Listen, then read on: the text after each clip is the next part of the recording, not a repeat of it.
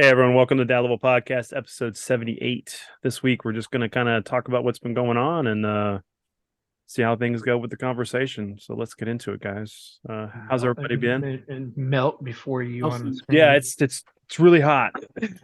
Hot here in Texas, hot here everywhere. We're gonna reenact the Incredible Melting Man for you. Yeah, you love that scene from Raiders of the Lost Ark, right? Where Tot kind of just melts and everything. That's what's happening here every day in Texas. I mean, if I were to pick any particular melting or melted person from any sort of media, I think I would go with it was on Nickelodeon back in the day, and it was the little toy figures that were the superheroes that would run around. Oh yeah, And yeah. one of them was the dude who was just melted, but he was this snarky a-hole the whole time who got mistreated. I like that guy. He was great. God, what was the name of that show? It just popped into my head when I was thinking about melting. God, You can always be Clayface, man. You just try out, get rehydrated and become whoever you want to be. I don't think that. Yeah, I think he had to stay moisturized. Yeah, he did. Yeah, my computer's trying to moisturize. You had a leak? It is literally dripping right down between my computer and my microphone. Ugh. Is it raining or is it? Oh, it's thundering here. Oh, we've lost all of our. We won't get even the slightest chance of rain until Sunday. We've been having a lot of rain, though. I mean, definitely. Yeah, but my yard doesn't show it anymore. My yard looks like it's going to turn into the Mojave Desert. So, what have you guys been doing, watching, playing anything lately? Well, it's been a minute. I was thinking about we were talking about catch up, right? And the last time we even talked, I think that was pre Street Fighter 6, pre the right after Zelda. Yeah. It's been a minute. Because even though that episode came out like 2 weeks ago, we recorded that almost like right at the end of May. Yeah, because y'all talked about Zelda because I haven't played it yet. Because we got to see the super mechanics of Zelda when you the building things, the things that you can do. But yeah, I mean, for me, I finished it just the other day. So I mean, well, technically I finished it Sunday, but I mean this episode's gonna go up like on Wednesday, so I mean 4 days ago. And on top of that, this is one thing I'm gonna say too. I just want to get this out of the way. So this episode's going to go up Wednesday, but this is Monday when we're recording it. Tomorrow is my dad's birthday. So I want to wish him happy birthday early. Happy early birthday or belated birthday, I guess. Belated birthday. I've got a buddy of mine. Happy on birthday. He is in birthday. He lives in Australia, and this morning he sent me a happy birthday, and I was like, wait a minute. I was going to tell you, hey, look, man, it's not till tomorrow. And I went, oh, it is tomorrow there. It is tomorrow there. Yeah, they live in the future. Mm-hmm. Yeah. There you go. So have any of y'all got to see The Flash yet? I think Dad did, right? No. Nope. I watched everything of The Flash that I wanted to see. So I don't have to go pay for it at the theaters. And you don't have to, because right now Warner Brothers, Disney, and just about every other company is doing these buy one, get one free, spend $30 at Applebee's, get a free ticket, all these things to get people in the seats. Mm-hmm. And it's because for some reason we shifted away from box office to the number of seats we sell. And I was like, I don't see how. I guess when you have to make $800 million to break even, filling seats is a little bit more of an attainable goal than making that money back, So yeah, I mean, I know Ryan went and saw it. He said it was pretty good. I mean, the CGI is what it is. And we joked about that whole opening scene where he's like at the hospital and saves those babies that look like toy dolls. And then I just saw that trailer, that part of the thing, and it looked awful. And then all he cares about is his feeding his stomach. Well, the movie was completed twice. So there's 2 other versions of the film, over 4 hours of extra footage. That's what I want to see. I don't want to see what came out. I want to see what they threw on the floor. Yeah, all the So- alternate endings. Yeah, so you Well, it's want not just the alternate ending. It was all the way through. What so you now? want the blue collar treatment. You want every cut of the movie just so you can go in. For and, once, yeah, I didn't care about what's Snyderverse, um, because we're talking about the Tim Burton verse here. That's what we want. You know, well, you don't even get that. I mean, at least if you watch the end of Titans this last season, you see a moment when Garth is running through the multiverse and he's like seeing these Yeah. little bubbles. That's exactly all you get in this universe. yeah. You get him running and looking, and sometimes he pokes his head in a bubble and he goes back. They couldn't even do the CGI where he runs into that universe, interacts with it, and runs off. This is a cheap way of pulling off something that they tried to make something out of nothing. Well, And we know that this is it. Ezra is not going to be around. It's not going to make its money, and so we're going to get a whole new Flash. Mistake was they should have built their universe around the Flash and Arrow universe, but just shifted them into a mainstream universe with a bigger budget and bigger actors. Yeah, Because that Flash is much better. yeah. And The way they treated the whole multiverse thing was so much better. oh yeah, yeah. They put time into it. They cared. I mean, we got Tim Roth. What is it? No, is it Tim Roth? Is the guy who played original Superman? No, well, he didn't play the original. He played in Superman Returns. Right. Brandon Routh. Brandon my- Routh. my- Brandon Routh. There you Brandon go. Routh was yeah. Abomination. Yeah. My last favorite, least favorite movie. Why? Because they gave him a baby. And I remember being in that theater, and David and Gus were sitting on either side of me, and they kept slowly moving their arms over to me. And I was like, "What's the matter? What?" And they go, "Nothing, nothing. Just you're gonna enjoy it." And I was like, and I said, I got to a point. I was like, "Damn it! They better not make him Superman's kid. They better not make it." And then when they did, I was like, "Ah!" And they both held me in the seat and go, "Hold him, hold him." And another one of their friends grabbed me from the back of the seat and was holding me by the neck, and they made me watch the rest. I think that was Physically CJ. held me down and made me watch the rest of that movie. Well, no, okay. That That was- Goblin from Spider-Man. Finish it. Yeah. The sad thing is that let's see. That wasn't the worst thing about that movie, because besides the fact that the contractions alone, or the baby kicking would have ripped a hole in her stomach. Oh, yeah. The fact that What about when it opened its eyes for the first time, right out through her guts? yeah, he pulled Scott Summers, right? Well, hold on, no, because Superman, probably gave her that like weird medication, right? That gives her like Superman. He wasn't there. He was didn't in know. space. He didn't He didn't know. know it was- Yeah, he didn't know, and on It's top of that, they made him fine. a It's deadbeat fine. Look. dad. Well, Superman. he It's wasn't a fine. deadbeat dad. That would be like being in prison and can't see your kid and going, "You're a deadbeat dad." I want to be out. I want to work and pay and help my child. I don't want to be in here. No, Alright. the worst part about the movie was The a waste. Kryptonite Island. The No, Kryptonite not Island. even that crap. That was so dumb. They wasted Kevin Spacey. I mean, whatever you think about what Kevin Spacey's done, he was still a damn good actor. And back Yeah. then, we didn't know any of this crap. And he was the perfect Lex Luthor, except they pigeonholed him and said, "You've got to mimic Gene Hackman." Him. And he was like, "I can't be nope, because this is a direct sequel. We need Roth to imitate Reeves. We need you to imitate Hackman." So you pigeonholed two great actors to be other characters. It was before there was, what was the movie? I'm the guy playing the other guy.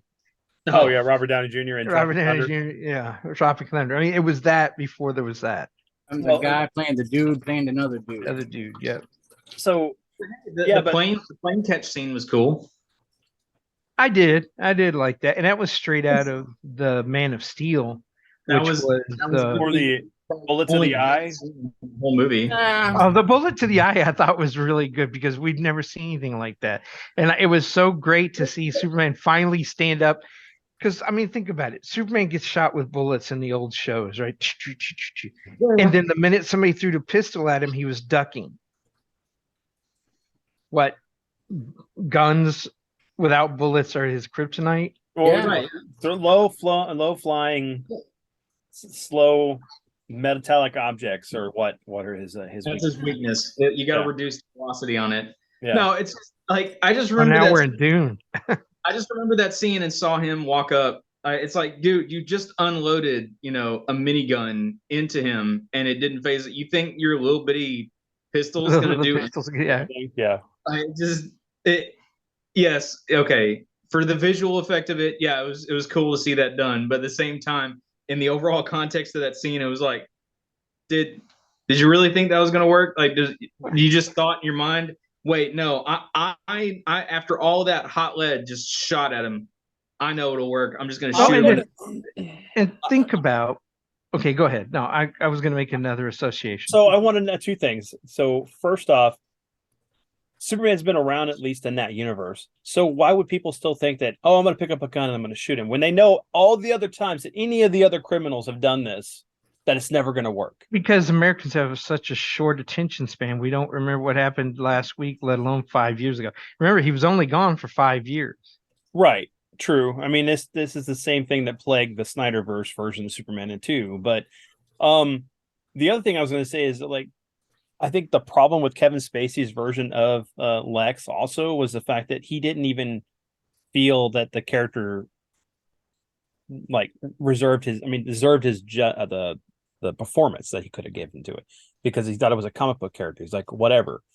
Same thing with Joseph Gordon-Levitt when he tried to play Cobra Commander Oh yeah. in the Rise of Cobra movie. He's like, Well- oh, he's just a cartoon character. I'm not going to give him Okay. any kind of like importance of What was the point of Lex Luthor? What was Lex Luthor trying to do in the first movie? I don't remember. Other than robbing banks. Nope. He was- It was a land grab. He wanted Oh yeah, property yeah, in yeah. California, so he was going to nuke the San Andreas. Okay, so then we get the second. And he was trying to get the what would be New California. Yeah. And then we get Richard Pryor, which would have been great if it had been the Brainiac that they'd originally written, and then they decided to no, they just shortcutted the money. And as they were filming, it kept coming down from this is going to be this big villain Brainiac to this little homemade computer some rich guy makes off of Richard Pryor's stone plans. And how bad the fourth one was, No, yeah. Well, at least he tried something. I've always wanted to see, if you're Superman, right? And you see all of this going on around you in the world, are you not going to finally at one point get fed up and take a stance? So what did he do? He tried to get rid of all the nukes. They did it in Birthright. There was a segment in there when he's Clark. He's in Africa, and there was a king or some military leader who is massacring people.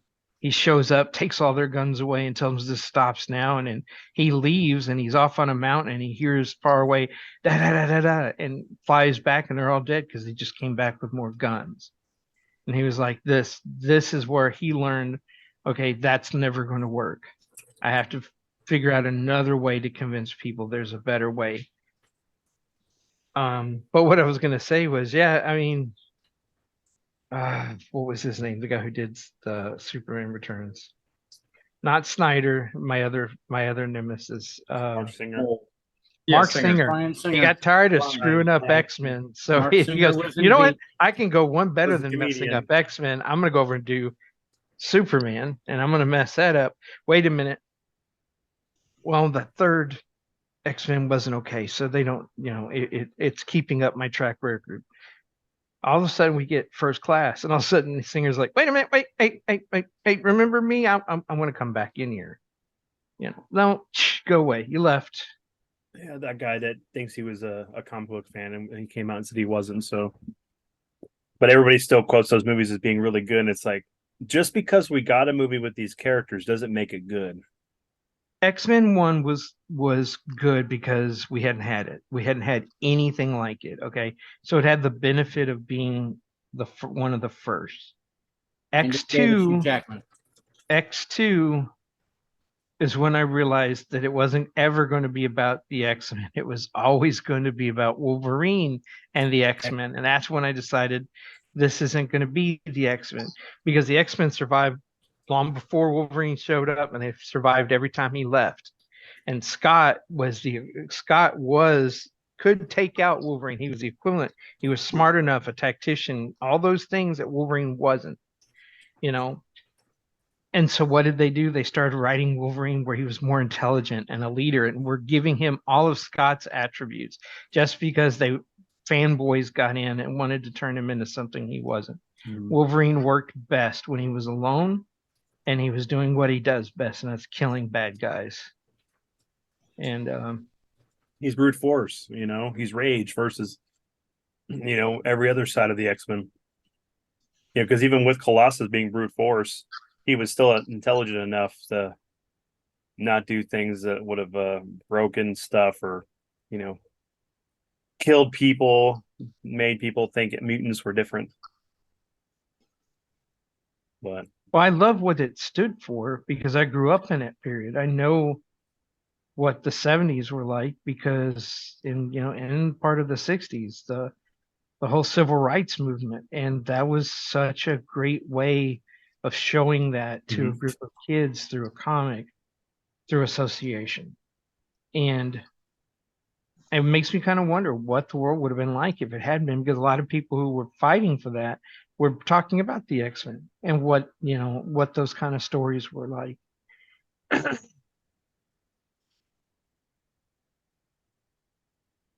So I think, Dad, you're the only one who got to see Spider-Man, right? No, I've seen it. Oh, Okay. yeah, man, I loved it. I mean, I had to go see it twice just because there was so much happening peripheral. Like I didn't, there's just some characters that I'm sitting there during the first watching, trying to pick out all those Spider-Man characters and where they were coming from.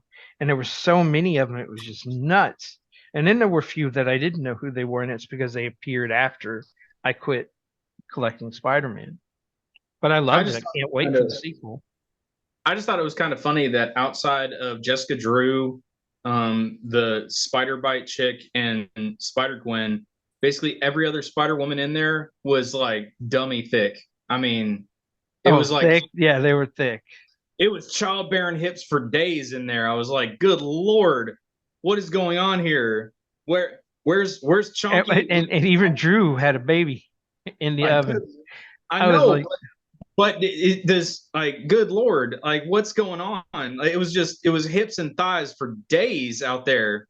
And I'm like, oh, but man, what they did to Scarlet Spider in the multiverse that we've got so many, and it was all the Spider Women, right? Yeah. It was like, if you really look around, you're like, nope, woman. Where's the Chonky Peter, right? Like, we don't have Chonky Peter. So yeah, I really like the movie. I still think I like the first one a little bit better, but that's because this movie was setting up so much. Yeah, I'm really curious to see what they do with the third one, because like this one, going through and watching it the first time through, I didn't really know a whole lot about it. I'd seen some of the trailers, but honestly, the trailers they didn't do a whole lot for me. It was actually sucking some of the hype out of me for this movie. Like, I was really excited for it, and I started watching the trailers. I'm like, I don't know.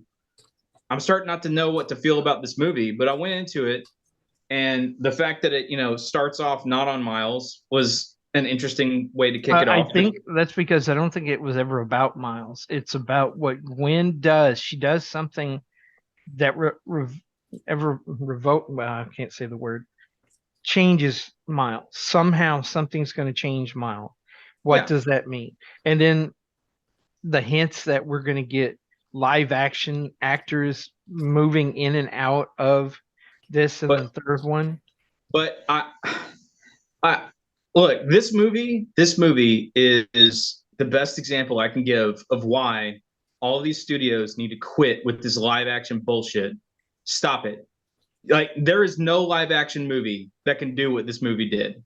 Just period. You ain't coming close. The CG will look like garbage at some point. This movie, for any kind of quibbles that people might have about any aspect of it, the one thing that everyone can universally say is that this movie is gorgeous, start to Oh, finish. it is from start to finish. It is So great. And what's visually great stunning. about it is when you really look in remember at all these little details.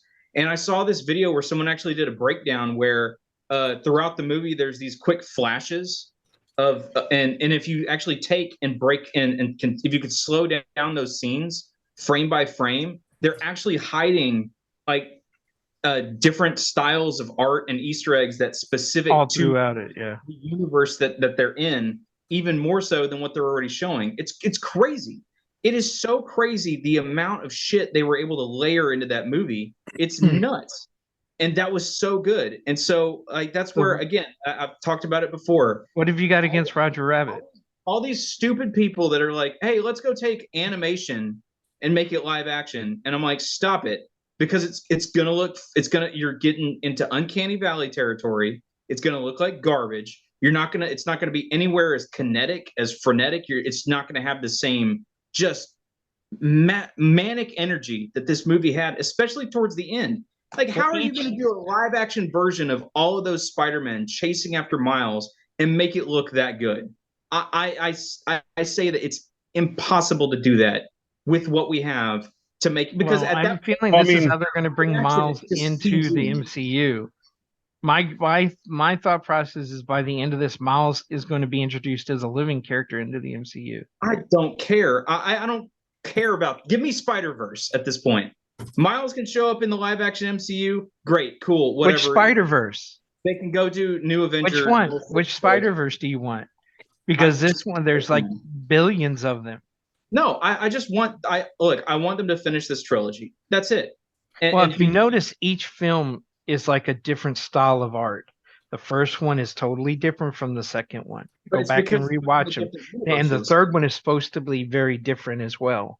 But it's because they're in the different universes. Every single universe is following a completely different. Like Gwen's world is animated in a completely different style, in a completely different way than 2099, than Miles, than all the other universes you see. Every single one of them is animated in a completely different style, and that's what's so amazing and beautiful. That's what Doctor Strange 2 wanted to do and didn't, right? Because they just couldn't. You can't do in live action what they did in this movie with the visuals. It was great.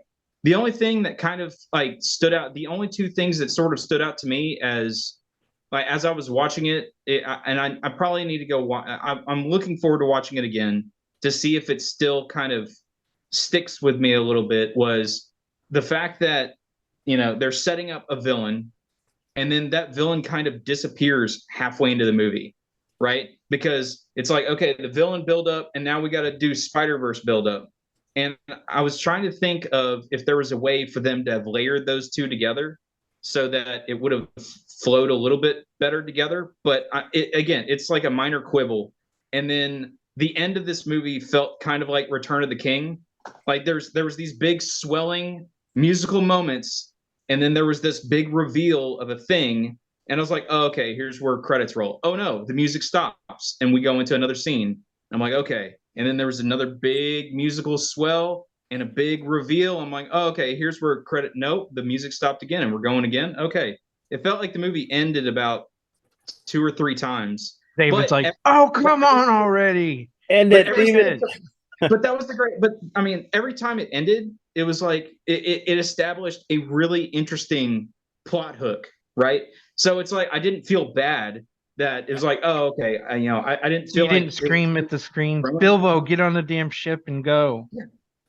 Well, and I kind of thought like certain aspects of the way they ended this movie, I was like, you could have started the next movie with this, but it's cool that they gave it to us now, right? So I mean, overall, I think there's going to be so much in the next movie. It's going to be hard for them to fit everything in it that they want to do. I'm really curious how they're going to pull off this next movie without it being like 3.5 hours. I mean, I'm up for it. It was over before I knew it. It did not feel long at all to me. And for my granddaughter to sit there and watch the whole thing and never go, I got to go to the bathroom. I want a drink. I'm hungry. No, all the way through, she was there for that movie. Oh yeah, both my kids, and my son had seen it before us with some friends, so this was his second time viewing it. Yeah, And so, that's the way Alice and them had saw it before me because their dad took them. yeah, Yeah, so, probably- so We're probably through the gonna whole see it thing with, Wednesday. start to finish. And I mean, again, the things all I'm saying are minor quibbles. It didn't take away from the experience. It didn't ruin the movie. It's still a fantastic movie. I just think that because of the way that the first one was able to focus on the singular contained story it was trying to tell, it felt a little bit better to me Coherent. Better organized.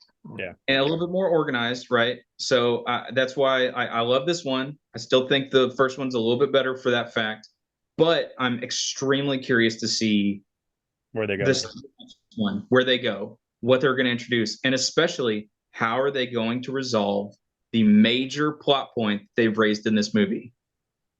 Is there going to be a success here where it hasn't been before? And how is that going to transpire?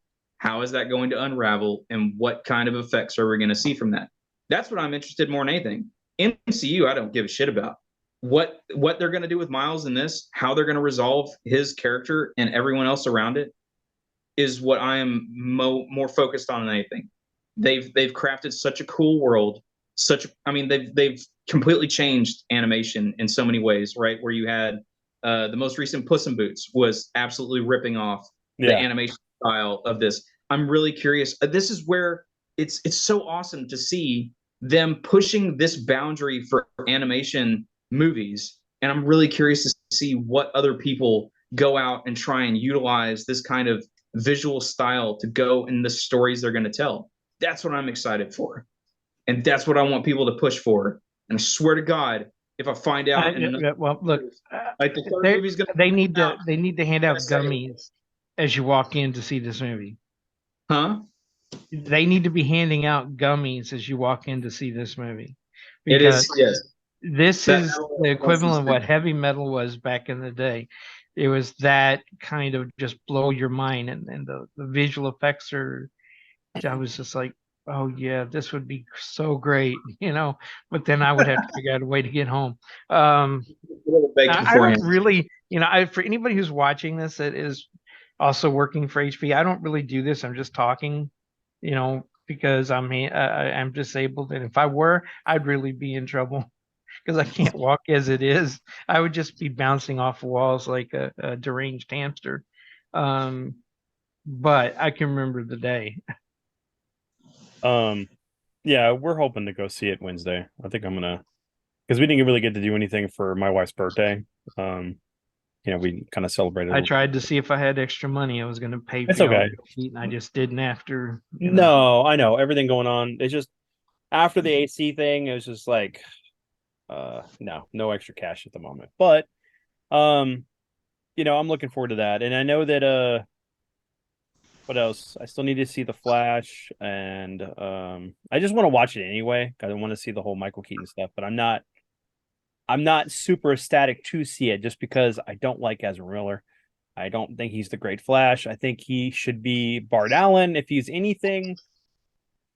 Well, it's just like I'm not going to go see Indiana Jones Yeah, I'm not either. because I'm not going to see a product that is not what they originally intended, and they fixed it only because they were trying to salvage. Well, and that's the thing. There's I mean, wait. It cost $300 million to make that movie, and that is before they spend a dime on merchandising and marketing, which is easily another $150 million.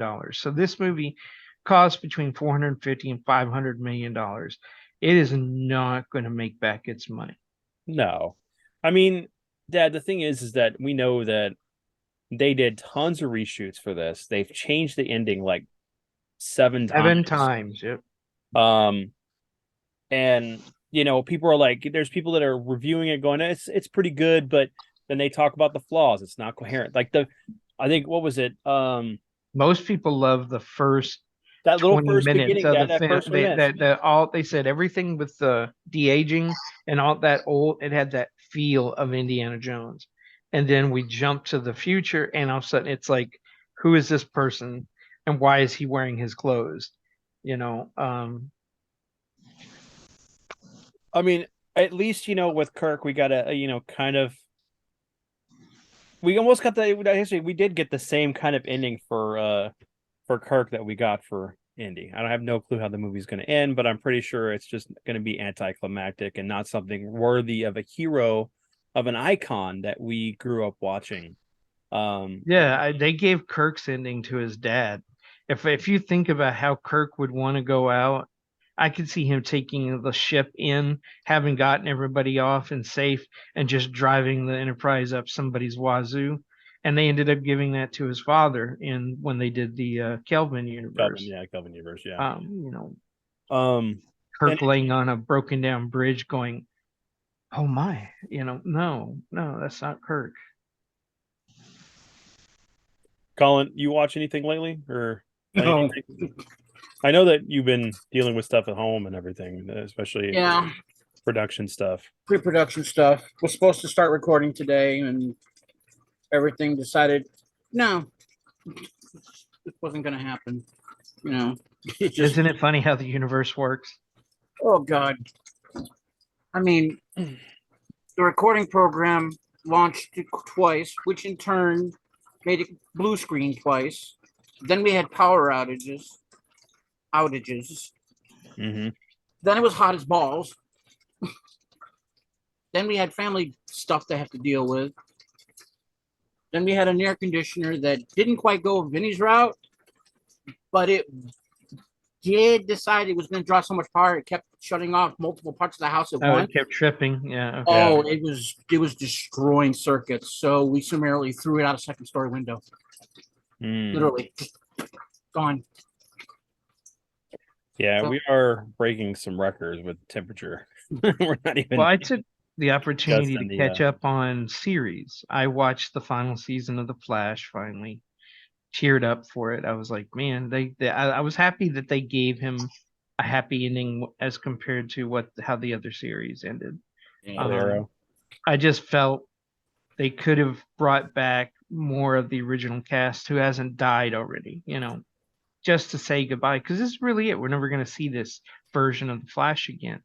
And I had that same feeling I felt when other series ends that I've been watching for 10 years, It's like, wow, I'm never going to see this again, not new. It's all going to be in reruns. And then I'm going to start, at some point there'll be something new come in that takes its place.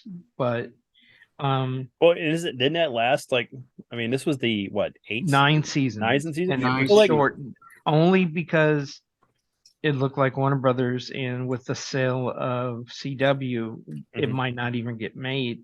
So there were a lot of wheeling and dealing going on to make sure we at least got this final season, this final goodbye. Yeah, because they wanted to make it tidy. I was one of the shows that I started watching right after, because it came on just as Edward was born. So, and I was watching it with him for a little while as he got older, but we stopped watching after season 6. I'm going to go back and finish it. It's just haven't had the time. What upsets me is they were starting Blackest Night. They had started, yep. They literally they gearing towards it, and they were using Firestorm to launch it off instead of whatever. I can't remember, but I'm trying to remember what they did in the comic book. But they were using Firestorm as the launch point for Blackest Night, and they realized that everything was going to get changed and sold, and they might not be able to do it. So they had to basically put the squash on it. Well, I watched the new King Kong, and I loved it. The anime one or the anime? The new Skull Island. King Kong takes place 20 years after the events of Skull Island. Okay. And so it's directly tied into the movie and gives you a glimpse of what's coming, for the future with Kong and Godzilla and everything else. It isn't. They don't pull punches. People die, in this thing. The first 30 seconds, something attacks a ship, and I was like, whoa, I did not expect that kind of carnage. Now I can't wait till they get to Skull Island, and it didn't disappoint. I don't think we even talked about it, but the Ultraman, the final season for that was really fantastic. Was really Oh, good too. it just kind of sucks that, it got to the point where it needed to be, and then they ended the series. This is the point where, we should start seeing more monsters and kaijus. I wanted to see him go giant like he's normally would be in the original series, but they kept him small.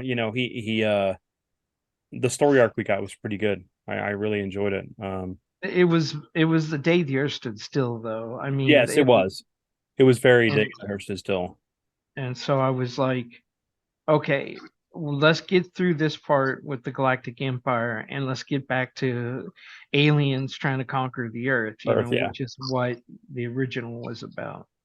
And this kind of set it up where you almost have like a G-Force kind of feel, where you had ground level heroes taking on kaijus and other things going around, which kind of plays into what I'm playing right now. But I'll get into that segue a little later because there's some other things we can talk about. But it's sad. I really enjoyed that animation style, the characters. I was looking to see more, but I know that they've already cast the next actor for the next live action Ultraman. And then we have the Shin Ultraman movie that's supposed to be being released, I think, next month, as far as the physical release of it. And we've got like a Godzilla cartoon. We have another Godzilla movie. Mm-hmm. We got the King Kong Godzilla movie, and then we got the Toho's next thing. And I love what Toho's doing. They're doing this daily calendar. It's kind of like Christmas, where each day you open it, you got a little treat or a little figurine or something. Each day they're counting down throughout the history of Godzilla till they get to 0. And so each day there's a new card popping up on this window, which tells you, and you get to, and it gives you a little bit of information about what Godzilla was like in that period of time. Mm-hmm. And the guy who directed this movie, if I'm not mistaken, is the same guy who directed this. It's a movie about people growing up in a neighborhood and their interactions and all that stuff. But smack dab in the middle of the beginning of it, Godzilla shows up and terrorizes, and then it's about them rebuilding their lives. And that is some of the best Godzilla footage I have seen from a Toho movie. I mean, it doesn't look like it's a man in a suit, but it doesn't look CGI. It's a good blending of looking like practical effects and CGI. And it's one of the greatest. Yeah, I think he looks even better than our Godzilla. I love the legendary Legendaries, Godzilla. yeah. But this is more true to that Godzilla. And there's a scene where these people are running, and you see his tail whip around, and it takes forever for that thing to make it around because it's so large. It gives you that sense of scale. What we got this is a real monster. And then there was like one guy, he comes running out, and he's running for a little kid. I got you. And his foot just right down on him, and the kid just screams. And I'm like, wow, it just immersed you into what it would be like in that. And that's the thing is, like, Godzilla, he needs to go back to his roots a little bit about being a monster. Yeah, he may have the intentions to save the world, but he's a creature himself. And that's what was fantastic about like the 1984 Godzilla movie, was that movie kind of brought that whole thing of like, when he shows up, he leaves, the devastation it's caused, the interviews, the investigation that's going on. But that movie erased all of the other movies. It was a direct sequel to the first movie, and it gave it a more serious tone. And that's could be really except for Dr. Pep. Was it Dr. Pepper or Pepsi who was a paid sponsor in the American version of it? So there's friggin' Coke cans all over, and then at one point the two generals are arguing and talking, and directly behind them is a Coke machine with the label directly on it. And at one point the guy walks by, gets a Coke, starts talking. I'm like, okay, we know who sponsored you. We could live with that. But my favorite part was William Burr, because the first Godzilla I had ever saw was the Americanized with William Burr. Guy who played William Burr, Perry Mason. Yeah. And that took me way back having him come back. Mhm. So then, I saw the original Gojira in its, in its original form, and I was like, oh wow. I understand why, as an American, we needed to put a character in there for us to relate to, but just the other one gives you the tragedy of what it would have been like in Right. Hiroshima, what it's Right. like to have that total devastation and loss of life. And it made the sacrifice of the original Doctor who created the oxygen destroyer Or, yeah. even more harder. Kurosawa. So, and the cool thing is that we got the second season for Singularity Point for Godzilla, that one coming at some point. We also have the new Gamera animated. Yeah. Yeah, I'm looking forward to the Gamera. I'm not looking forward to Single Point. I don't know. I don't want to see Godzilla versus Evangelion, and that's just where they seem Well, to be pushing it this. seems maybe, but the thing is, I don't think that one is part of the Shin universe. So, we're supposed to get something for Evangelion that connects it to the Shin universe as well. But we have the Kikkoman Rider and Shin Ultraman, Yeah. Shin Godzilla, and then I think there's like one other besides Godzilla. I mean, besides Evangelion, that's supposed to be part of the Shin universe. So, Like expanded universes that meld in. So G.I. Joe and Transformers, huh? yeah, and hopefully I haven't watched that yet either.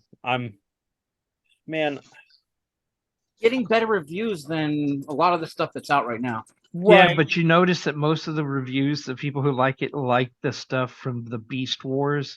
Yes. And I've only seen two people who really liked what they did with I want to say Jazz because it's what he Bojack. looked like. Well, you're talking about Mirage. Mirage. And this one guy was like, he voiced our opinion better than we ever could. He went in and broke it down as to why this didn't work and what happened. And How hard is it to make him tracks?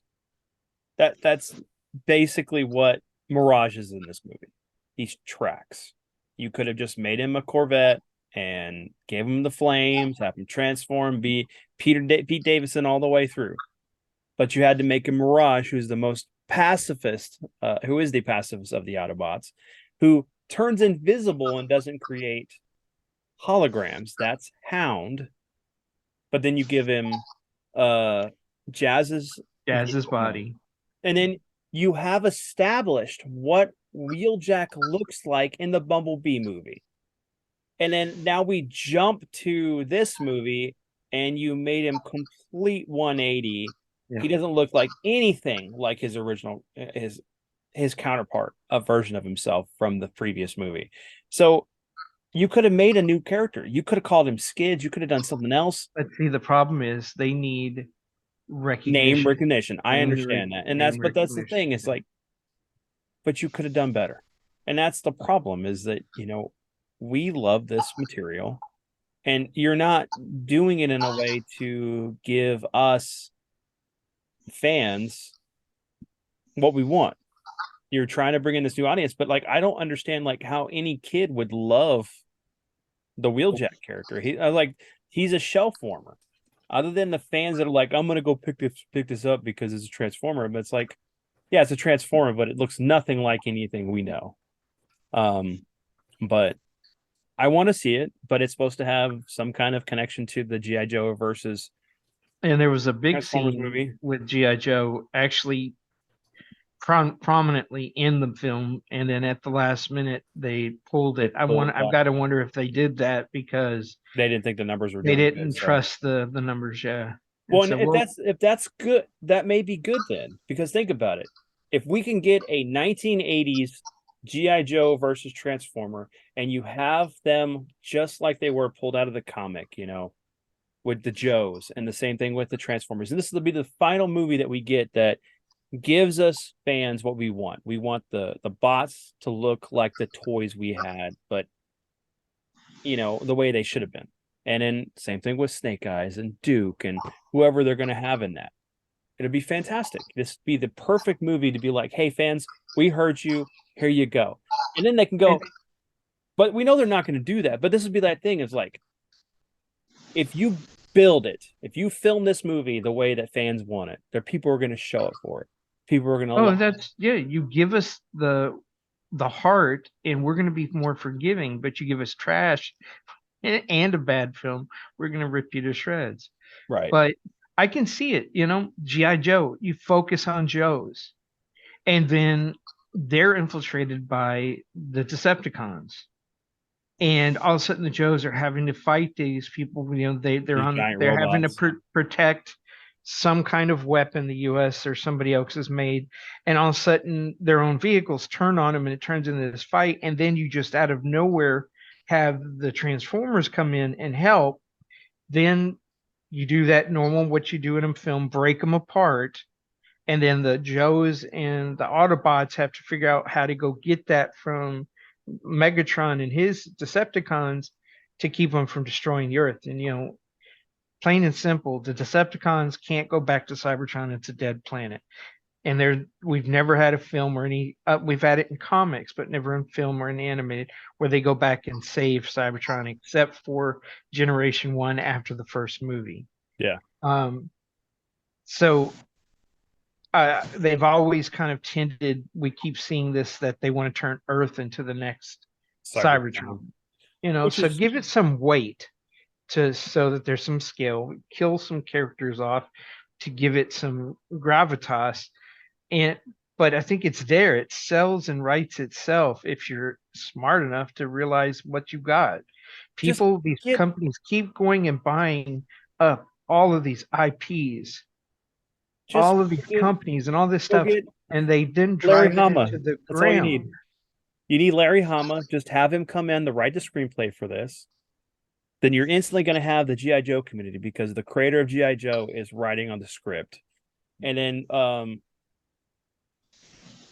just, I don't know. Like, this stuff sells itself if you just do it right. Then you could have Spike come in, and his dad, Sparkplug, and that'd be fantastic. You get they have them working on the base. They're mechanics who are called in to work on something, and they get stuck in the middle of all this. Yeah. Or you can have it to where they already know the Autobots, and they're doing a job and stuff, and they're the ones that call them to come in. Like, Decepticons are doing stuff, and maybe they already know about them existing in the world, but this is the first time that people are starting to really kind of see it, that the Autobots and Decepticons have been able to hide this pretty well. Because that was the whole point. They were supposed to be robots in disguise. Yeah. And they were supposed to be inconspicuous and plain Jane, so you wouldn't notice them. Except Michael Bay decided to make him the most flamboyant and stand out in a crowd. Vehicles. Camaro, and in Prime with his flames on his truck, because it's like, I want flames on my truck. Well, why don't you just put flames on tracks and leave Prime alone? We'll be okay. Now, can you imagine, like, the first time that they ever had a fight on the freeway? And there's, we have cameras everywhere on the freeway. So now they are blasted across the planet. They couldn't hide if their life depended on it. There's this big fight in the city too, Well, that's the thing, in an age like in the 80s, it would be hard for that information to be transmitted across the world, because of the fact that we didn't have the news and stuff to be able to transfer it across the world. Plus, there was this deniability with certain things from just regular culture. If something were to happen, that was one great thing about War of the Worlds, with the broadcast that was done. It was like people thought it was real. So you could do that. It would work, but you'd have to set it back then. You couldn't do it now. In the digital age, the moment some car transforms into a robot, like 20 people are going to come out with their cell phones and go, "Look at this! This is amazing!" But now we have the deep fake stuff. Yeah, they were like, "Oh, this is fake." You'd have people going, "Oh, are these robots real or are they fake?" And it's like, and then there's conspiracy theories. It's like, come on, guys. But the minute they make a movie in the past, they're going to change the past, because they're not satisfied to represent it as it was. We always have to push the things now onto the past, and that's what Right. makes it not work right. Well, and that's what's great, about like Stranger Things is the fact that it's a really good Stay true representation to the to the age it came out, and that's what that it represents. they need to do with Transformers and versus GI Joe, or GI Joe versus Transformers. But I don't know. I really want this. I think that if they did it right, they can literally have 1-to-1 conversion for the figures that are right now with the classified, because they look like what they were originally figured or in the cartoon or the comic. And you could do the same thing for GI Joes, which would help connect an age of people with their children now, so they can kind of get a representation of what they enjoyed. It's like, yeah, I can show my son the Turtles or the movies and stuff, but he's not going to get that because it's an artifact of our time, my time, And so having something that kind of resonates with the past, but is something of the future, it would help with that connection for parents. Like when I showed Alice. Right, exactly. I Right. showed her the original Ninja Turtle movie, and she was like, "What the hell did they do to the turtles?" And I was starting to laugh, and I was like, "Man, this is cutting edge." Yeah. When we went and saw the movie. Sorry, Jim Henson. I'm sorry, it's still better than the nonsense that we have been getting. Other than the 2011 Turtles cartoon, which is fantastic, and then the IDW comic.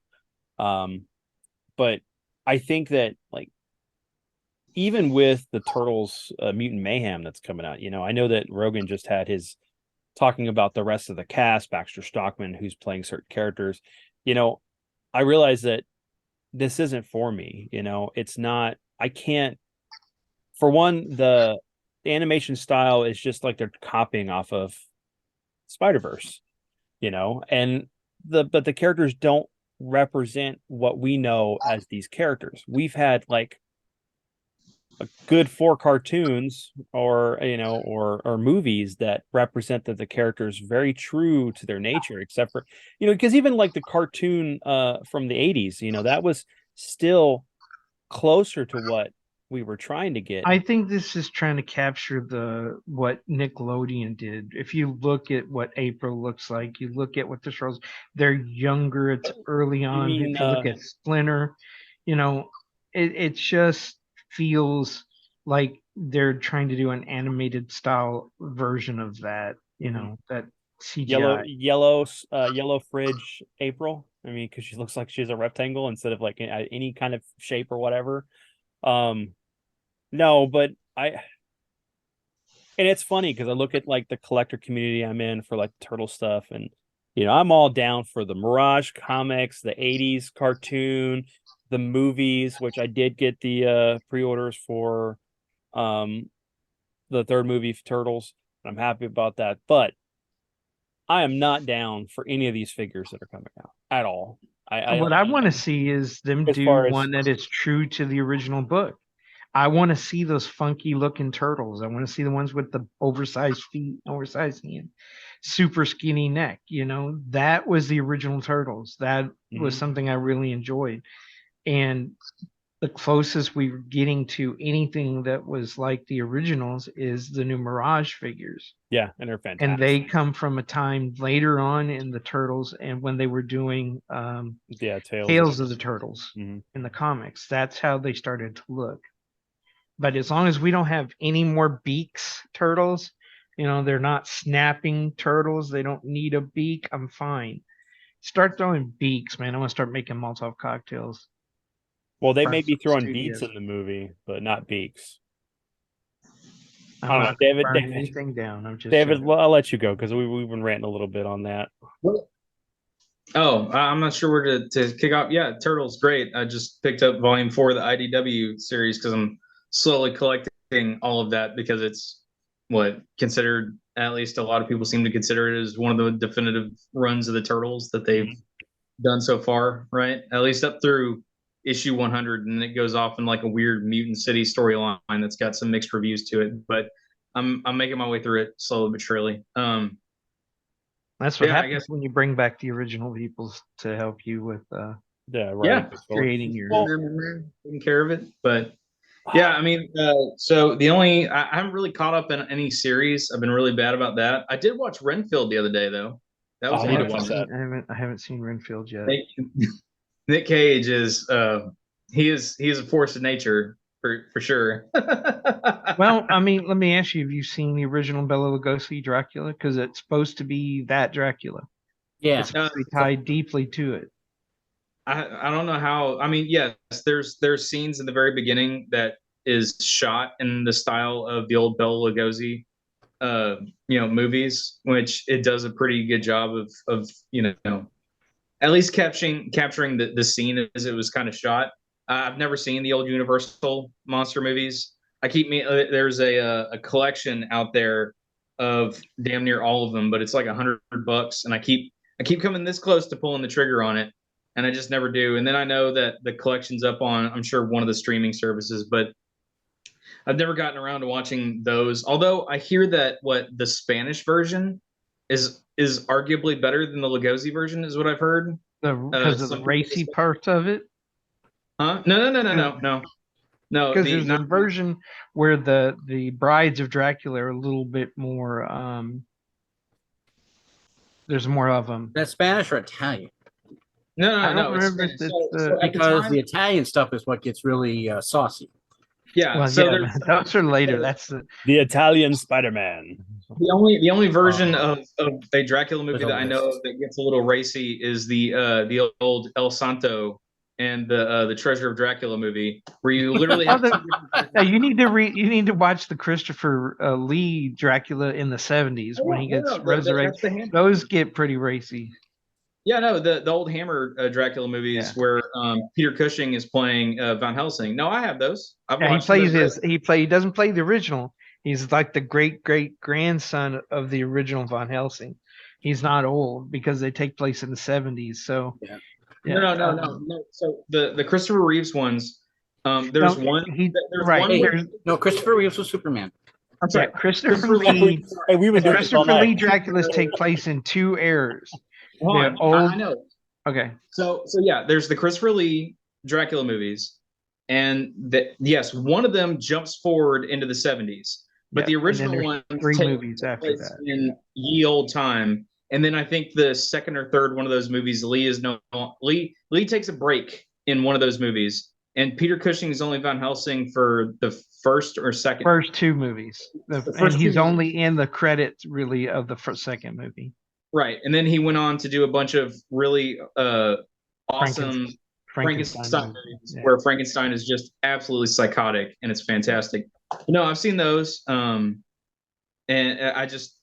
So, all right, rewinding back. So the story, as I understand it, is whenever they were shooting the original Universal Dracula movie, I guess at night is when they would shoot Lugosi's scenes, but then during the day, at the same time, they were shooting in tandem with each other a Spanish language, version of the movie, and I've heard it argued that movie, the Spanish version, is actually better than the Lugosi version.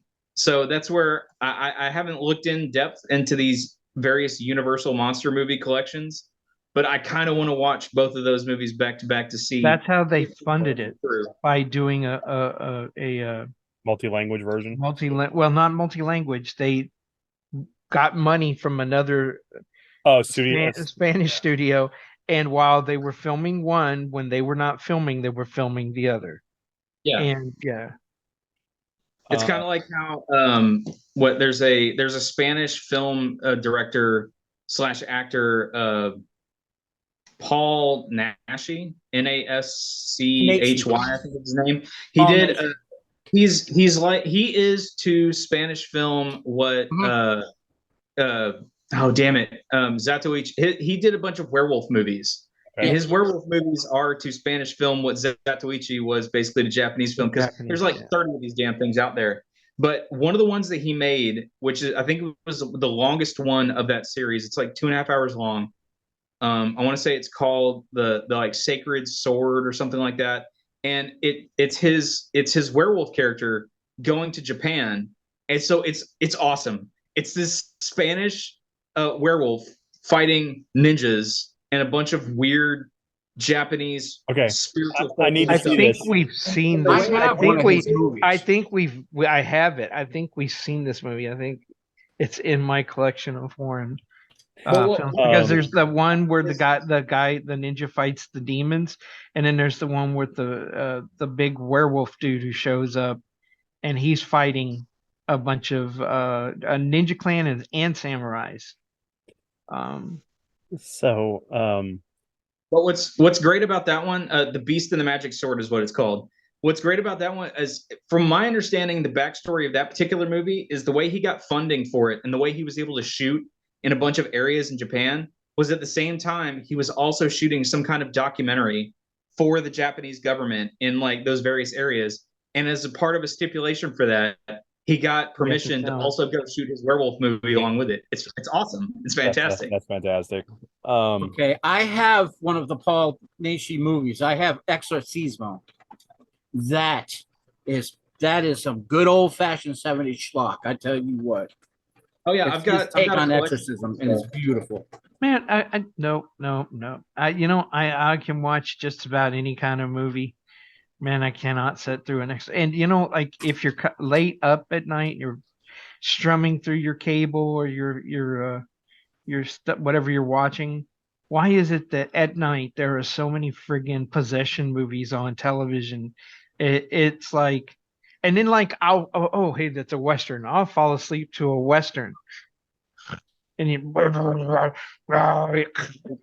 all of a sudden you open your eyes and there's some woman they're splashing holy water and throwing crucifixes at her, and you're like, holy shit, where's the remote? I don't want this in my head as I'm. Oh my trying God! to You know, sleep. it's like Dad's waking up, and there's actually literally some woman floating in his living No, room. I'd be going. I'm sorry. Check, There's please. a window right next to my bed. I'm going through the window. It'd be like Scott Pilgrim. Oh. Hey, is Scott home? Out the window. That scene for everything in that movie, that scene in the beginning when that happens, man, that had me dying. That was Dude, that I was love the that scene. funniest moment of that movie. And whenever I got it, I rewound and watched that part so many times just because of this. I love that part. Just seeing him in the He just like shifts. He's like, nope. So have y'all seen Rim of the World? It's based on a children's book and it's about alien invasion.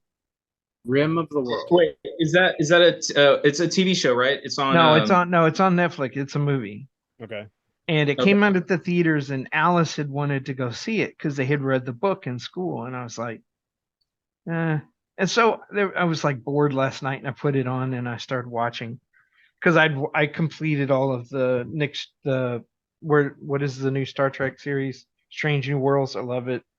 Okay. So I'm looking forward to season 3. Strange New World or Brave New World? Strange New World. I believe it's Strange New World. Because there's a book also called that, and I was like, well, are they copying the book? And then Well, there's also the Disney anime movie Strange Worlds. no, it's not that movie. And so the kids in this movie remind me of me and my buds at that age and watching my kids at that age, and they say some of the funniest crap. Man, there was one time they go to help this guy in prison, and the guy goes, I don't think we should let him out. And he goes, everybody should have a chance to be free, especially when there's an alien invasion and they're going to come in there and kill me. And like, so the one kid's trying to do it, and then the other kid comes and he's like, hell no, leave his ass. He looks like to me, and just dying. And then all of a sudden the Asian girl comes in and she goes, no, the right thing to do is to let him go. And I'm like, don't do it. This is going to come back to haunt you at some other partners. And it sure as hell does. And he's exactly what the other kid said he was. And he's hanging out with a bunch of them. And I'm like, it was so friggin' good. I was like laughing through most of it. And it was just a great surprise. I wish we had gone to see it in theaters. Well, I did get to go see. Oh, sorry. I was gonna say I looked at because I knew it sounded familiar because Netflix has a couple of different shows that are kind of a bunch of kids dealing with the end of time type stuff. And I know my kids have watched it and they've talked pretty highly of it. I haven't gotten around to it. I would Usually, say just watch it. It's Okay. great. I did get to see finally, well, it's been a little bit, but John Wick 4, so very good. Very, very Yeah, good. and it ended it. I was like, don't do anything else. Leave it alone. Yeah. that's what I said. That's what I said when I did my review of it. I was like, look, I was really curious how they were going to put this thing to an end. That whole movie is nothing but just constant reminders of closure, of coming to terms with things. It's setting up all that. Mhm. So if they do a 5, it better be a weird prequel. Do not No, I can see that they're gonna pull what they did with Matrix. It would be something that takes place years later, and we're gonna find out that he never died, and He's that the been other hiding. guy, the guy was his dad, his Yeah. Russian father, and he's been hiding his son all this time.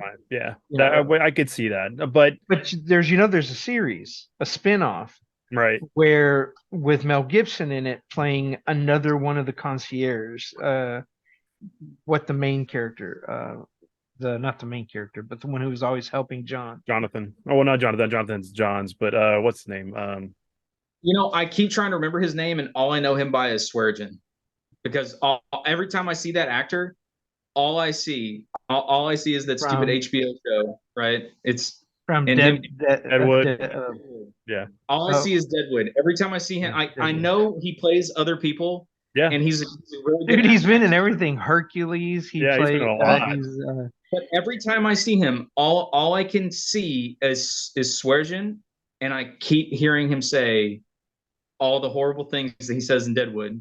And it's I so was good. watching an old '70s British movie, and he all of a sudden him and another big actor, they're fighting these terrorists, and find out he's one of them at the end, and he gets shot, and I was like, why do I know? And then I was like, oh my god, it's him. He was so young looking. They were terrorists on an airplane. Man, it was just great. So and in the fact that what happens to Lance Reddick's character. So it was kind of at least it sucks. That whole part sucks. But But it seemed like that was planned, right? It seemed Yes. like that was actually Yes. an intentional part of the movie. It didn't feel like it was a thing that they just did to deal with that character. And so it was enough to move him into that direction to help John, right? because he was still on the fence every step of the way until that moment. And I kind of thought that the guy who was the assassin, but Nobody, the character who played Nobody, I thought they were going to reveal he was his son, because there were certain words and certain comments that were made that hinted at it, and I was like, there's this whole father-son feel to this final thing. Mhm. Well, that was the whole thing. A lot of the characters. Go ahead, David. Sorry. I was going to say it even ends with Sweargen referring to John as his son, right? It's yeah. Yeah. But you had Donnie Yen, his character, and his daughter, and his daughter, yeah. So it was like there was a lot of connection to father and child in this movie. Well, and then the one guy, the guy who's always playing a samurai in every movie, who's in Bullet Train, him and his daughter. There was just this father and child bond throughout this whole film. I thought it was the glue that was holding everything together.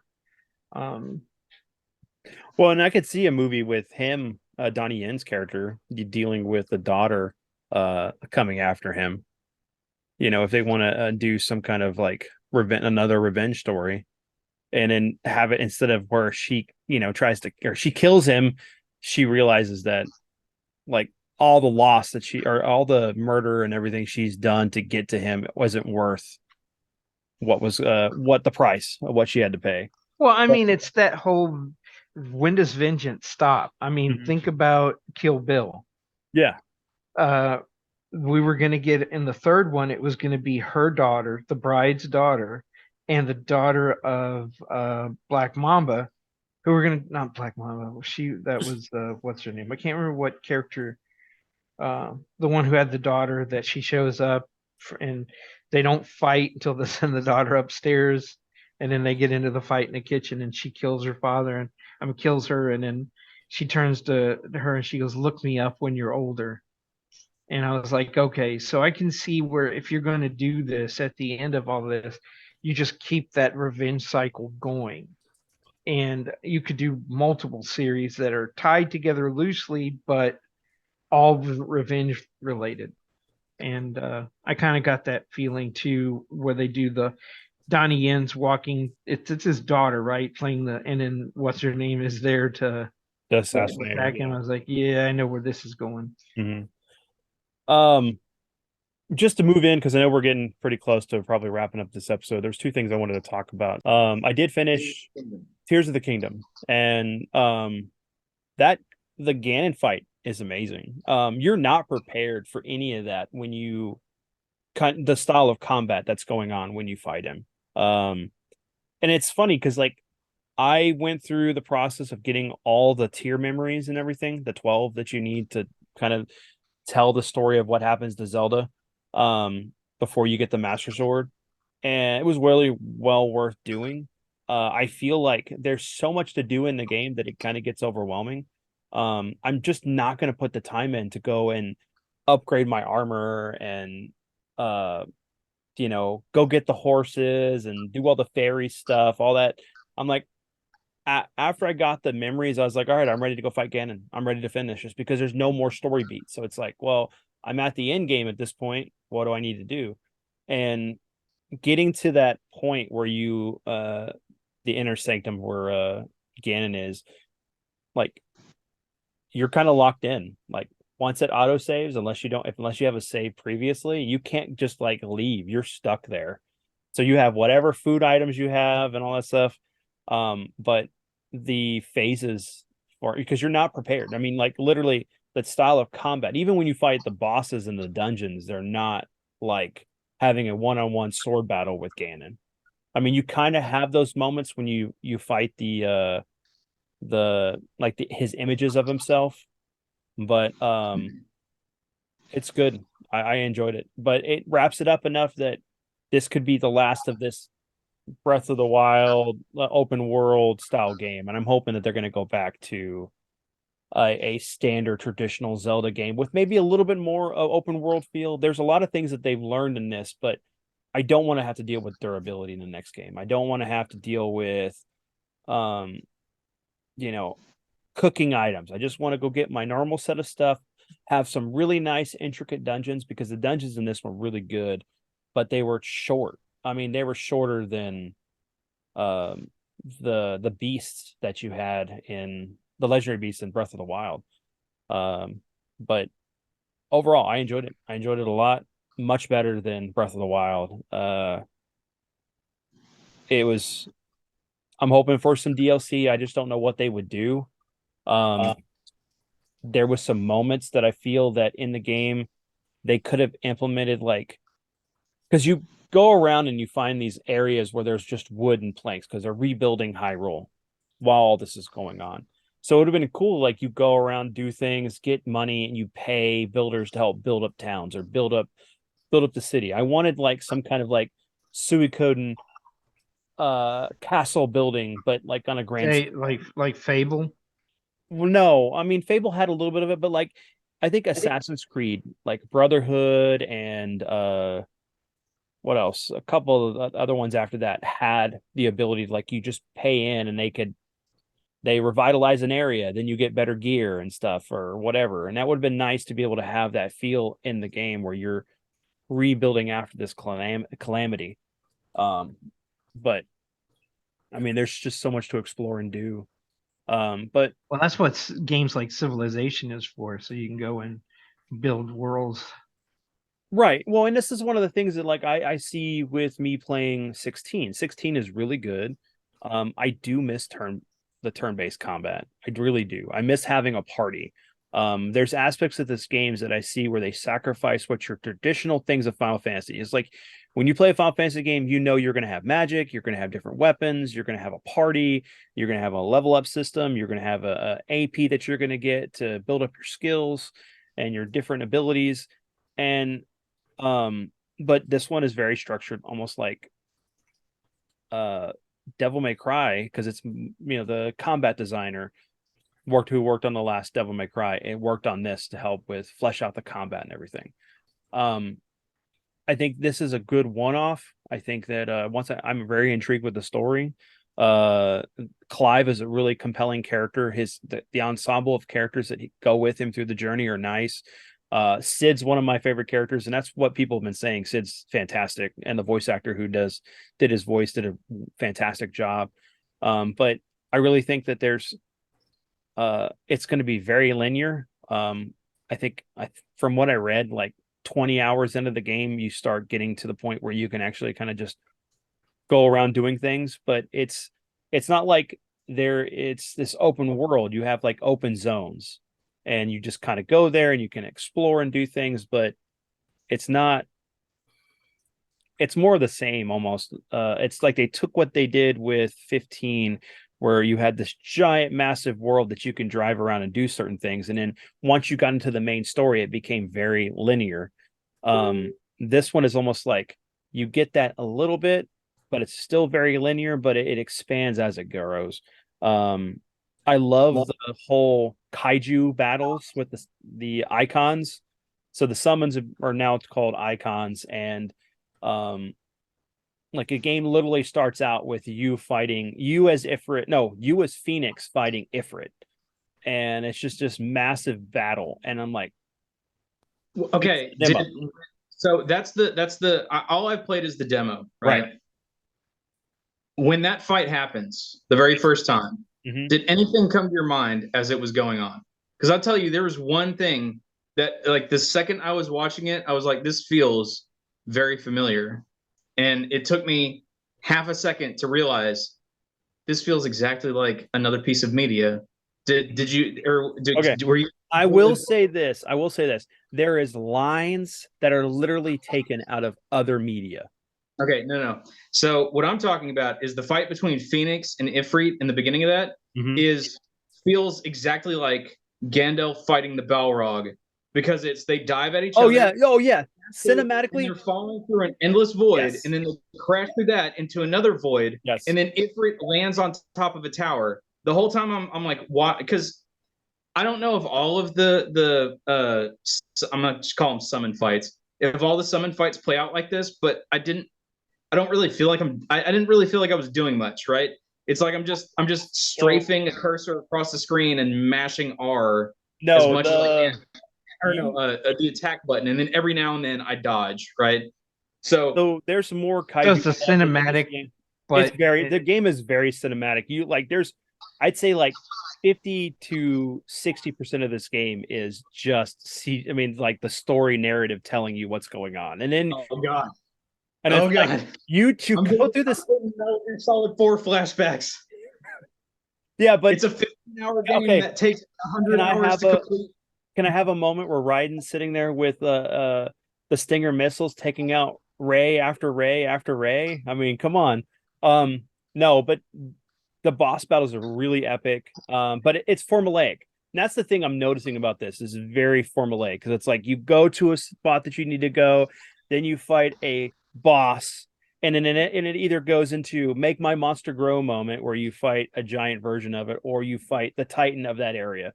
And it's like, it's fun. It's amazing. I mean, but it's like, it's so weird. I'm intrigued and drawn into the game. The story is really, really good. And I've heard people talk about the fact that they now want a remake of Final Fantasy VI. And if they could take the graphics from this game to make a Final Fantasy VI game, but keep it turn-based, would be fantastic. But just basically the story, you follow Clive through his journey and his interaction with other people, but it starts out with him as a kid, to him as like an adult, as far as like in his 20s, and then he finally in his 30s.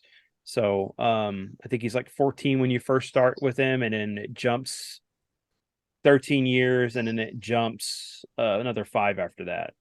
But the world map reminds me of Tactics, which is really cool. So there's a lot of homages to other Final Fantasies, but literally there's moments in the story where people will say something and it's like, oh, hey, look, you love this favorite movie. Here's a reenactment of it on screen in the game with the same dialogue.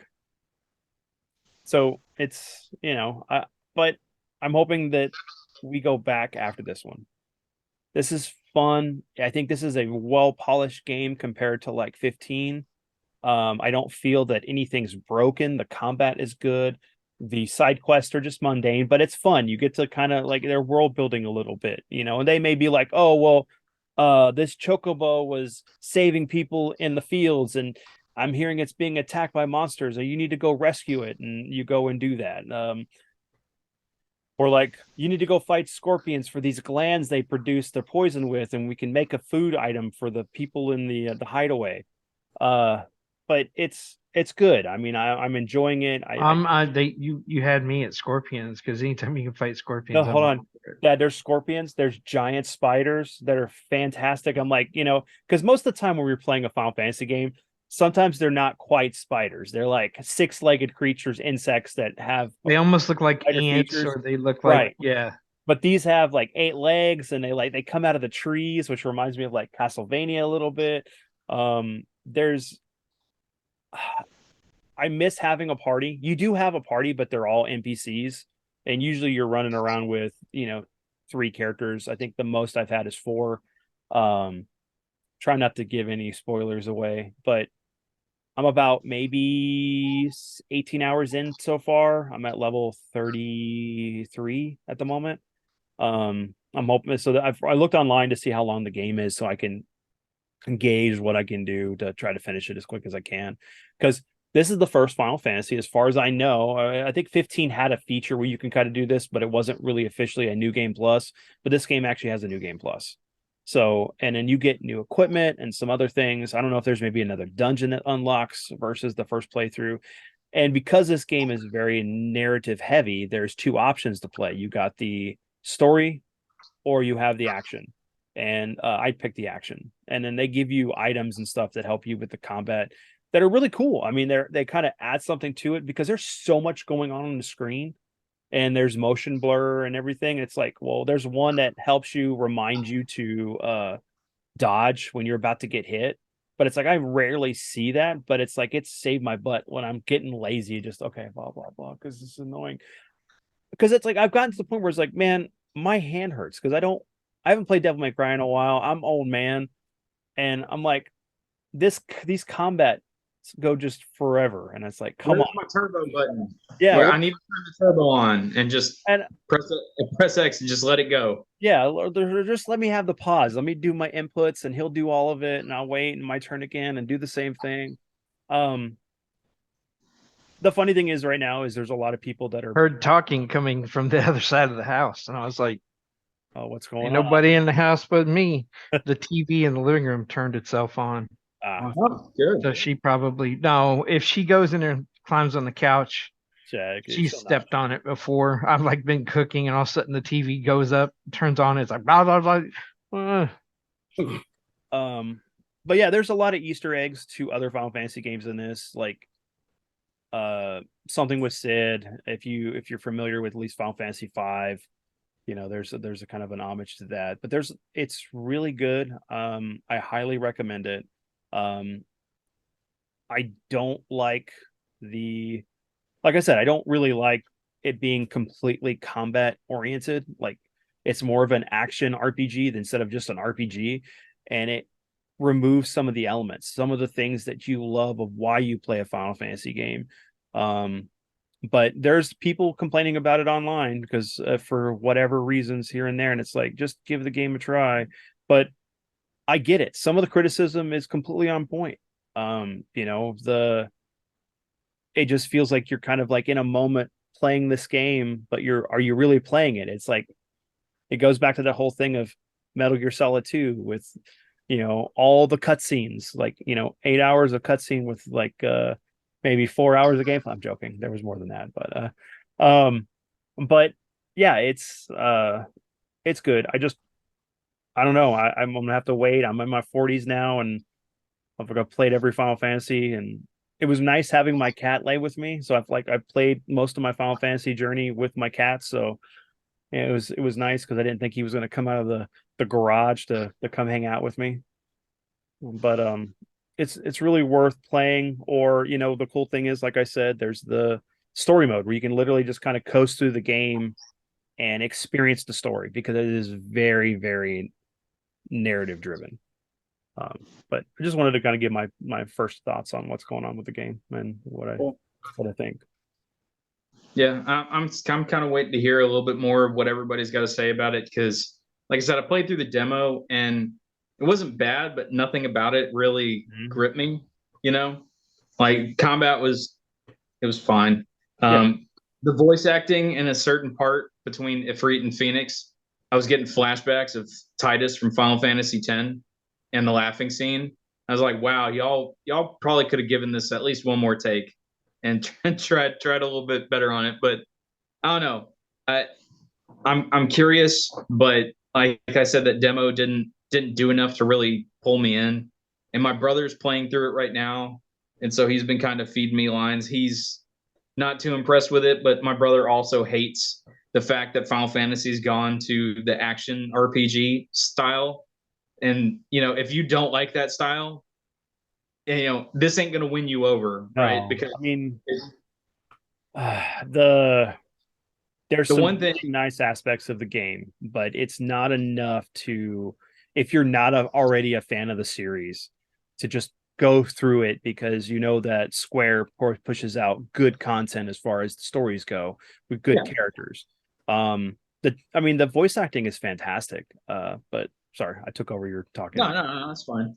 I said it's probably better, right? The full size version of the game and getting further than what the demo, like maybe it cracks open after that. I was having weird flashback moments to Final Fantasy 13 for a little bit, but I was like, but there's actually towns and people and interactions that you get to have, and it's not just hallway point A to hallway point B and hallway point A to hallway point B, and all that, like just that monotony that was the beginning of 13 that made me turn in the game like the day that I bought it. I hated that game so much.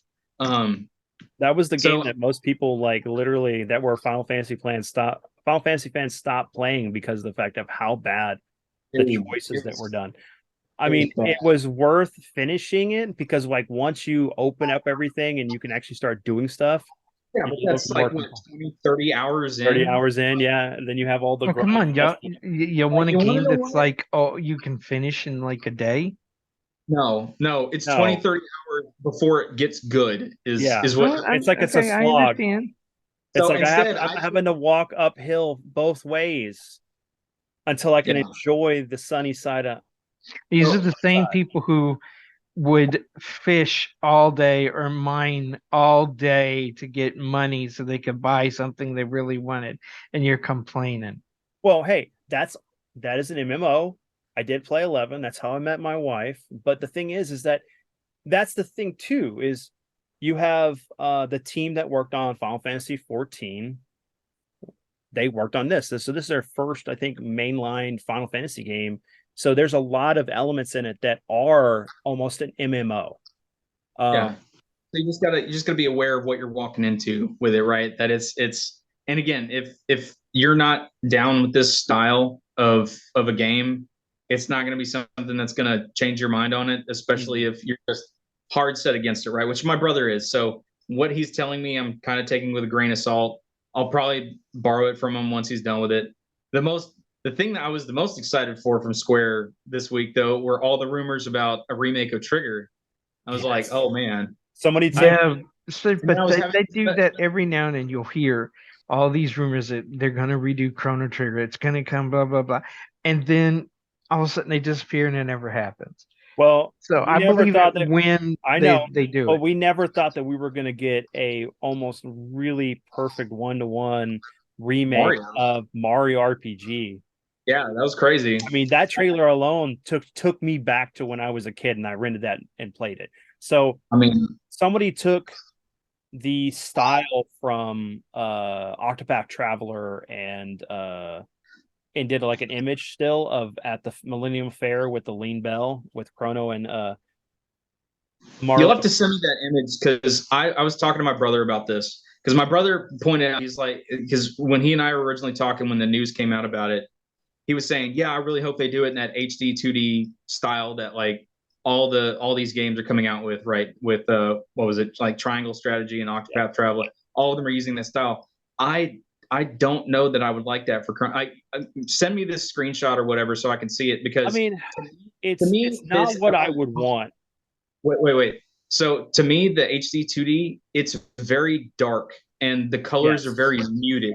And I don't like that for Chrono Trigger. If you're going to do a remake of Trigger, just do the thing that makes the most sense and go grab Dragon Quest, right? The last Dragon Quest that they did, and just take that engine and that style because it's Toriyama and just do Trigger in that style. That's all you need to do. That's what I want. That's what I want. I don't want. Don't change a line of dialogue. Don't modify it. I don't need like some weird deconstructionist bullshit like what they're doing to 7. I don't want any of that. Just take Trigger, put it in the Dragon Quest engine, and give that to me. And Square, I will give you money. I want the Final Fantasy VII remake treatment using what you just said for Chrono Trigger, because Chrono Trigger is such a beloved game and a very important RPG in the overarching story of RPGs for the Western audience, not even talking about the world, that it deserves to be a mainline game. It does not need to be a shovelware game that, oh wait, we make it look nice, but I mean, yes, because that was the one thing that was great about Chrono Trigger, was that you had those moments in that game where when you're in your time period of the 1000 AD versus like the 23,000 AD, where you're in the far future and everything is desolate, the colors are muted, everything's dead. And then like you being heroes from 1300 years earlier, you're all vibrant, you have vibrant colors, you look healthier than these people. So I don't think it would translate well. No, but I did like the remake they did, or what they did for Live Alive. That was really good. So I could almost see that, but I still want, it needs to be a full-blown game. Not something, and I want it on other consoles, not just Switch. Well, what was Live Alive? That wasn't the sequel to Chrono Trigger, right? No. Live Alive. What was that one? What was that one called? Chrono Cross. Chrono Cross. Right. Now, what did you think of that one? I enjoyed that one. I love that one because it's a direct sequel. And if anybody knows and played the game and went deep into it, it is literally direct sequel. There is moments that you literally meet Chrono, Marley, and Luca in the future. You get to go through what they went through of the version of 2300 AD. So, I don't know. I know people get upset because it wasn't what they expected, but it was a very drastic departure, right? Correct. Where you only level up when beating bosses. The combat system was really wacky, right? It's a wacky combat system. Once you get the hang of it, and once you understand how it functions and how it works, it's a really fun and really engaging combat system that you have to kind of plan out, right? How you're going to handle situations, what you want to do, how you're going to manipulate the field. It turned into a really cool tactical experience.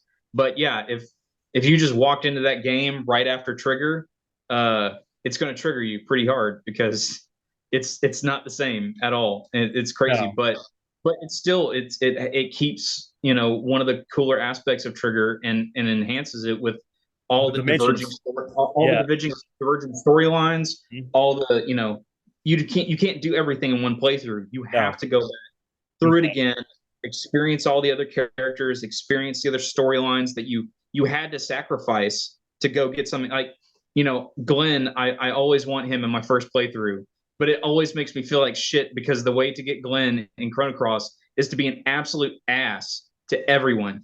Like, you have to constantly just tell Kid that she's worthless and I want you to die. and you literally leave her for dead, and that's how you go get Glenn. It's like I feel really bad, and I just want to beat the game and then go back through and play with Glenn now. But now Yeah. I'm nice to kid the way I want to be. Yeah, because he's not even like he's like the descendant of the original Glenn. He's not like the actual Glenn. It's just Yeah, like he's not Frog. yeah.